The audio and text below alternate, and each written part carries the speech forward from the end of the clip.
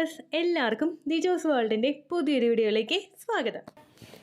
ഇന്നത്തെ വീഡിയോയിൽ സംസാരിക്കുന്നത് വളരെ ഏർലി ആയിട്ട് നമുക്കുണ്ടാകുന്ന ഒരു പ്രഗ്നൻസിയുടെ ലക്ഷണത്തിനെ പറ്റിയിട്ടാണ്. ഏകദേശം ഈ ഒരു ലക്ഷണം നമുക്കൊരു 2-3 ദിവസമൊക്കെ അടുപ്പിച്ചുണ്ടാവുന്നുണ്ടെങ്കിൽ നമുക്ക് പ്രഗ്നൻസി കൺഫേം ചെയ്യാനായിട്ട് സാധിക്കും. ഇംപ്ലാന്റേഷൻ കഴിഞ്ഞിട്ട് ഉടനെ തന്നെ നമുക്കുണ്ടാകുന്ന ലക്ഷണമാണ്. അപ്പോൾ പീരിയഡ് ഡേറ്റ് മിസ്സാവുന്നതിന് മുൻപ് തന്നെ ജസ്റ്റ് 1 മിനിറ്റ് കൊണ്ട് നിങ്ങൾക്ക് പ്രഗ്നൻസി കൺഫേം ചെയ്യാനായിട്ട് സാധിക്കും. അപ്പോൾ ഈ ടിപ്പ് എന്താണെന്ന് നമുക്ക് നോക്കിയാലോ? വീഡിയോ നമുക്ക് സ്റ്റാർട്ട് ചെയ്യാം. യൂട്രസിന്റെ പോലെ തന്നെ ആ ഒരു പ്രഗ്നന്റ് ആകുന്ന സമയത്ത് ചേഞ്ചസ് ഏറ്റവും കൂടുതൽ വരുന്ന ഒരു ബോഡി പാർട്ടാണ് നമ്മുടെ ബ്രസ്റ്റ് എന്ന് പറയുന്നത്. ബ്രസ്റ്റ് ഫീഡ് ചെയ്യാൻ വേണ്ടിയിട്ട് നമ്മൾ ആ ഒരു ഫസ്റ്റ് സ്റ്റേജിൽ തന്നെ, അതായത് ഇംപ്ലാന്റേഷൻ സക്സസ്ഫുൾ ആകുന്ന ആ ഒരു സ്റ്റേജിൽ തന്നെ നമ്മളുടെ ശരീരം പ്രിപ്പയർ ആയിക്കൊണ്ടിരിക്കും. ഇങ്ങനെ പ്രിപ്പറേഷൻ അവിടെ നടക്കുന്നത് ബ്രസ്റ്റിന്റെ സൈസ് കൂടുമ്പോഴുണ്ടാകുന്ന മാറ്റങ്ങൾ, അങ്ങനെ പല പല രീതിക്ക് ബ്രസ്റ്റിൽ ഓരോ വ്യത്യാസങ്ങൾ കണ്ടു തുടങ്ങും.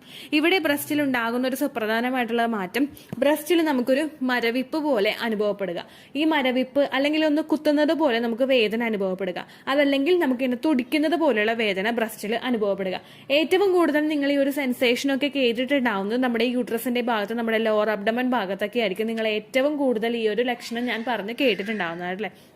താഴെ എൻ്റെ മക്കൾ നല്ല കളിയാട്ടോ, അതിന്റെ സൗണ്ടാണ്, ഡിസ്റ്റർബൻസ് ആവുന്നുണ്ടെന്ന് അറിയാം, പക്ഷെ ഒന്ന് ക്ഷമിക്കാം കേട്ടോ. അപ്പോൾ ഈ ബ്രസ്റ്റിലുണ്ടാകുന്ന ചേഞ്ചസ് എന്ന് പറയുന്നത് നമ്മുടെ ആ ഒരു യൂട്രസ് പ്രിപ്പയർ ആകുന്നതോടൊപ്പം തന്നെ ബ്രസ്റ്റും ഫീഡ് ചെയ്യാനായിട്ട് പ്രിപ്പയർ ആകുന്നു. ബ്രസ്റ്റിനെ ഫീഡ് ചെയ്യാനായിട്ട് പ്രിപ്പയർ ആക്കുന്നത് 2 ഹോർമോൺസ് ആണ്. ഫസ്റ്റത്തേന്ന് പറയുന്നത് പ്രൊജസ്ട്രോൺ ഹോർമോൺ, രണ്ടാമത്തേന്ന് പറയുന്നത് പ്രൊലാക്റ്റിൻ ഹോർമോൺ. ഈ പ്രൊലാക്റ്റിൻ ഹോർമോൺ ആണ് അവിടെയുള്ള വെയിൻസിനെയൊക്കെ ഒന്ന് സ്റ്റിമുലേറ്റ് ചെയ്തിട്ട് ബ്രസ്റ്റ് മിൽക്കിന്റെ ആ ഒരു പ്രൊഡക്ഷന് വേണ്ടിയിട്ട് പ്രിപ്പയർ ആകാൻ വേണ്ടിയിട്ടുള്ള ഒരു സിഗ്നൽ കൊടുക്കുന്നത്. അങ്ങനെ ആ ഒരു പ്രവർത്തനം, ബ്രസ്റ്റ് ഫീഡ് ചെയ്യാൻ വേണ്ടിയിട്ടുള്ള പ്രവർത്തനം സ്റ്റാർട്ടിങ്ങിൽ തന്നെ തുടങ്ങുമ്പോഴേക്കും ഇതിനനുസരിച്ചിട്ടുള്ള മാറ്റങ്ങൾ അവിടെ ഒരു ബ്രസ്റ്റിനും സംഭവിച്ചു തുടങ്ങും. ഈ ഒരു ബ്രസ്റ്റ് ഫീഡ് ചെയ്യാനായിട്ടുള്ള മാറ്റങ്ങൾ വരുമ്പോഴേക്കും നോർമലി നമ്മുടെ യൂട്രസിലോട്ട് ബ്ലഡ് സർക്കുലേഷൻ ഉണ്ടാവുന്നത് പോലെ തന്നെ നമ്മുടെ ബ്രസ്റ്റിലോട്ടും ബ്ലഡ് സർക്കുലേഷൻ കൂടുതലായിട്ട് വരുന്നു. നോർമലി പോയിക്കൊണ്ടിരുന്ന ഒരു ബ്ലഡ് സർക്കുലേഷനെ വെച്ച് നോക്കുമ്പോഴേക്കും നമുക്ക് ഇംപ്ലാന്റേഷൻ സക്സസ്ഫുൾ ആയി കഴിഞ്ഞു കഴിഞ്ഞാൽ കുറെ കൂടി ഫോഴ്സിൽ ഒരു ബ്ലഡ് സർക്കുലേഷൻ അവിടെ സംഭവിക്കുന്നു.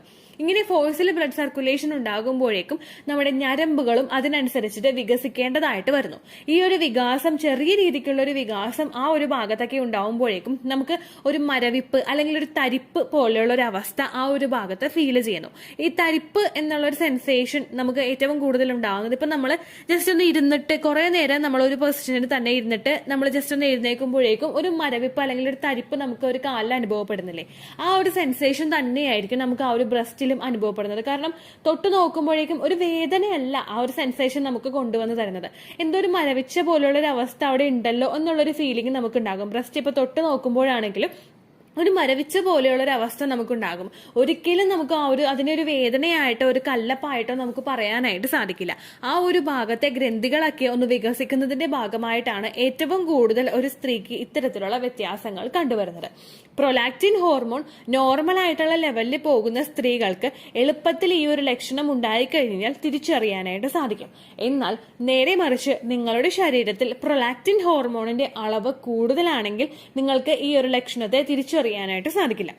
കാരണം പ്രൊലാക്റ്റിൻ ഹോർമോൺ കൂടുതലുള്ള സ്ത്രീകൾക്ക് അവരുടെ ബ്രസ്റ്റിൽ നിന്ന് ലിക്വിഡ് ഡിസ്ചാർജ് ഉണ്ടാവാറുണ്ട്. കാരണം നമുക്ക് ബ്രസ്റ്റ് ഫീഡ് ചെയ്യുന്ന തരത്തിലുള്ള, അതായത് നമ്മളിപ്പോൾ ആദ്യത്തെ സ്റ്റേജിൽ കുഞ്ഞിനെ ഫീഡ് ചെയ്യുന്നതിന് മുൻപായിട്ട് ഒരു ലിക്വിഡ് പുറത്തേക്ക് വരില്ലേ, ആ ഒരു തരത്തിലുള്ള ഡിസ്ചാർജ് ആയിരിക്കും നമുക്ക് ബ്രസ്റ്റിൽ നിന്നും ഒരു ലീക്കേജിന്റെ ഫോമിൽ ഉണ്ടാവുന്നത്.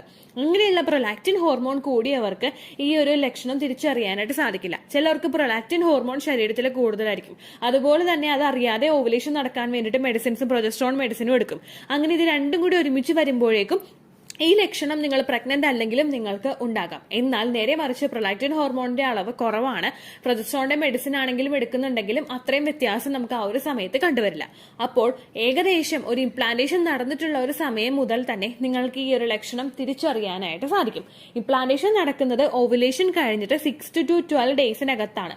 6 to 12 ഡേയ്സ് എന്നുള്ളൊരു ഫിഗർ നമ്മൾ പറയുന്നുണ്ടെങ്കിലും ഏകദേശം 9-ാമത്തെയോ 10-ാമത്തെയോ ദിവസമായിരിക്കും നിങ്ങൾക്ക് ഓവുലേഷൻ ഇംപ്ലാന്റേഷൻ സംഭവിക്കുന്നത്. ഈ ഇംപ്ലാന്റേഷൻ നടന്നു കഴിഞ്ഞാൽ ഉടനെ തന്നെ നമ്മുടെ ആ ഒരു സിഗ്നല് ബ്രസ്റ്റിന് കിട്ടുകയാണ്. കാരണം ആ ഒരു ഇംപ്ലാന്റേഷൻ സക്സസ്ഫുൾ ആയിട്ടുണ്ട്, ആ ഒരു കുഞ്ഞു വളരാൻ തുടങ്ങിയിട്ടുണ്ട്, അതിന് വേണ്ടുന്ന കാര്യങ്ങൾ വേണം എന്നുള്ളൊരു സിഗ്നൽ കിട്ടിയിട്ടുള്ളത് കൊണ്ടാണ് അവിടെ അത്തരത്തിലുള്ള തരിപ്പും മരവിപ്പും പോലെയുള്ള അവസ്ഥകളും കുത്തുന്നത് പോലെയുള്ള ഒരു ബുദ്ധിമുട്ടും നമുക്ക് അവിടെ അനുഭവപ്പെടുന്നത് കേട്ടോ. ഏകദേശം നിങ്ങൾക്ക് ഈ ഒരു ലക്ഷണം വരുന്നുണ്ടെങ്കിൽ നിങ്ങൾ ശരീരം നല്ലതുപോലെ ശ്രദ്ധിക്കാം.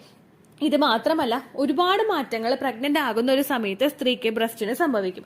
ആ മാറ്റങ്ങളെല്ലാം കൂടി ഒന്ന് ഡീറ്റെയിൽ ജസ്റ്റ് ഒരു ഇതായിട്ട് പറയുകയാണെങ്കിൽ, നമ്മുടെ ബ്രസ്റ്റിന്റെ സൈസിൽ വ്യത്യാസം വരിക. ഒറ്റയടിക്ക് 32-ലിരുന്ന ആൾ 34-ലോട്ട് മാറുന്നതല്ല കേട്ടോ. പയ്യെ പയ്യെ ഗ്രാജുവലി നമുക്ക് ബ്രസ്റ്റിന്റെ സൈസ് കൂടി കൂടി വരിക.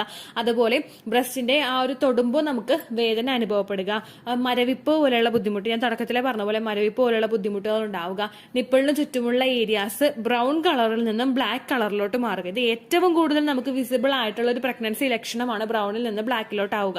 നിങ്ങൾ പ്രഗ്നന്റ് അല്ലാത്തൊരു സ്ത്രീ ആണെങ്കിൽ, നിങ്ങൾ ബ്രസ്റ്റ് ഫീഡ് ഇതുവരെ ചെയ്തിട്ടില്ലാത്തൊരു സ്ത്രീ ആണെങ്കിൽ ഉറപ്പായിട്ടും നിങ്ങളുടെ ആ ഒരു ഭാഗം എന്ന് പറയുന്നത് ബ്രൗൺ കളർ ആയിരിക്കും. അപ്പോൾ അത് ബ്രൗണിൽ നിന്ന് ബ്ലാക്കിലോട്ട് ചേഞ്ച് ചെയ്യും നിങ്ങൾ പ്രഗ്നന്റ് ആകുമ്പോഴേക്കും. അതുപോലെ തന്നെ നിപ്പിൾസ് ഒന്ന് എൻലാർജ് ആയിട്ടിരിക്കും, ഒന്ന് പുറത്തേക്ക് തള്ളിയിരിക്കുന്നതായിട്ട് ഉണ്ടാവും. അതുപോലെ നിപ്പിൾസിന്റെ ചുറ്റുമുള്ള ഭാഗത്ത് കുഞ്ഞു കുഞ്ഞു കുരുക്കൾ പോലെയും അത് നമുക്ക് കാണാനായിട്ട് സാധിക്കും. നമുക്ക് വേദന ഇല്ലാത്ത കുഞ്ഞു കുഞ്ഞു കുരുക്കൾ നമുക്ക് അവിടെ കാണാനായിട്ട് സാധിക്കും കേട്ടോ. ഇത്രയുമാണ് നമ്മുടെ ബ്രസ്റ്റിൽ സംഭവിക്കുന്ന മാറ്റങ്ങൾ. നിങ്ങൾ യൂട്രസിനെ കെയർ ചെയ്യുന്നത് പോലെ തന്നെ ബ്രസ്റ്റിനെയും ആ ഒരു ഇംപ്ലാന്റേഷൻ സക്സസ്ഫുൾ ആകുന്ന സമയം മുതൽ തന്നെ കെയർ ചെയ്യണം.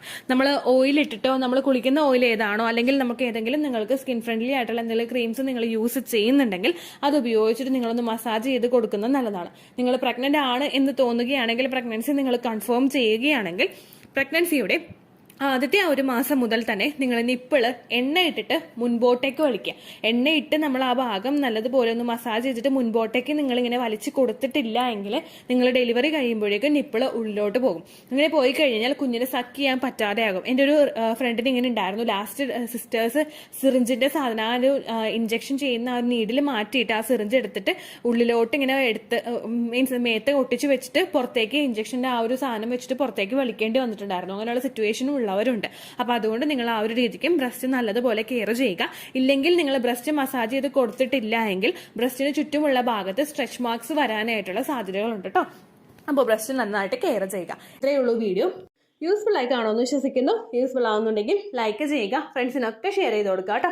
എന്തെങ്കിലും സംശയം ഉണ്ടെങ്കിൽ നിങ്ങൾ കമന്റ്സിൽ ചോദിക്കുക. പണ്ടത്തെ വീഡിയോയ്ക്ക് കമന്റ്സ് ഇടുന്നവർക്ക് റിപ്ലൈ ലഭിക്കുന്നില്ലെങ്കിൽ, ലേറ്റസ്റ്റ് ആയിട്ട് ഞാൻ ഏത് വീഡിയോ ആണോ അപ്ലോഡ് ചെയ്യുന്നത് അതിന് താഴെ കമന്റ് ഒന്ന് കോപ്പി പേസ്റ്റ് ചെയ്യാനായിട്ട് ശ്രദ്ധിക്കുക കേട്ടോ. അതുപോലെ ഓവുലേഷൻ ഡേറ്റ് കാൽക്കുലേറ്റ് ചെയ്ത് തരാനായിട്ട് റിക്വസ്റ്റ് ചെയ്യുന്ന ആളുകൾ എത്രയാണോ സൈക്കിൾ ലെങ്ത് അത് മെൻഷൻ ചെയ്യാനായിട്ട് ശ്രദ്ധിക്കുക. സൈക്കിൾ ലെങ്ത് എന്നതുകൊണ്ട് ഉദ്ദേശിച്ചത് ഓരോ മാസവും എത്ര ദിവസം കൂടുമ്പോഴാണോ ബ്ലീഡിങ് വരുന്നത് അതാണ് സൈക്കിൾ ലെങ്ത്. കഴിഞ്ഞ മാസം ഒരു 8-ാം തീയതിയാണ് ബ്ലീഡിങ് ആയതെങ്കിൽ, ഈ മാസം 6-ാം തീയതിയാണ് ബ്ലീഡിങ് ആയതെങ്കിൽ, കഴിഞ്ഞ മാസം 8-ാം തീയതി മുതൽ ഈ മാസം 6-ാം തീയതി വരെ എത്ര ദിവസമുണ്ടോ അത് കാലണ്ടറിൽ എണ്ണി തിട്ടപ്പെടുന്നതാണ് നിങ്ങളുടെ സൈക്കിൾ ലെങ്ത്.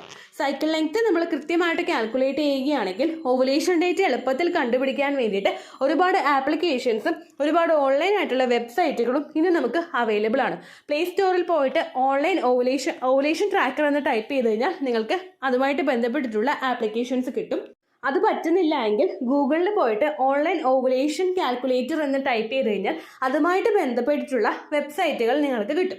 അതിൽ നിങ്ങളുടെ ലാസ്റ്റ് മന്തിലെ മെൻസ്ട്രേഷൻ്റെ ഡേറ്റും ഒപ്പം ഞാൻ ഈ പറഞ്ഞ രീതിക്ക് നിങ്ങൾ കാൽക്കുലേറ്റ് ചെയ്യുന്ന സൈക്കിൾ ലെങ്ത്തും എൻ്റർ ചെയ്ത് കൊടുക്കുകയാണെങ്കിൽ നിങ്ങൾക്ക് കൃത്യമായിട്ട് ഓവുലേഷൻ ഡേറ്റ് കണ്ടുപിടിക്കാനായിട്ട് സാധിക്കും.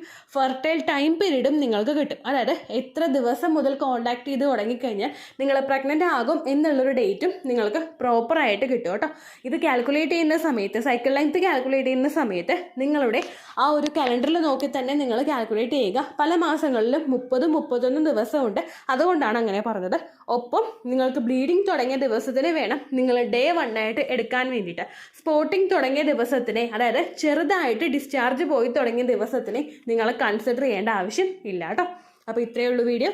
അടുത്തൊരു വീഡിയോ ആയിട്ട് നമുക്ക് വീണ്ടും കാണാം. ബൈ.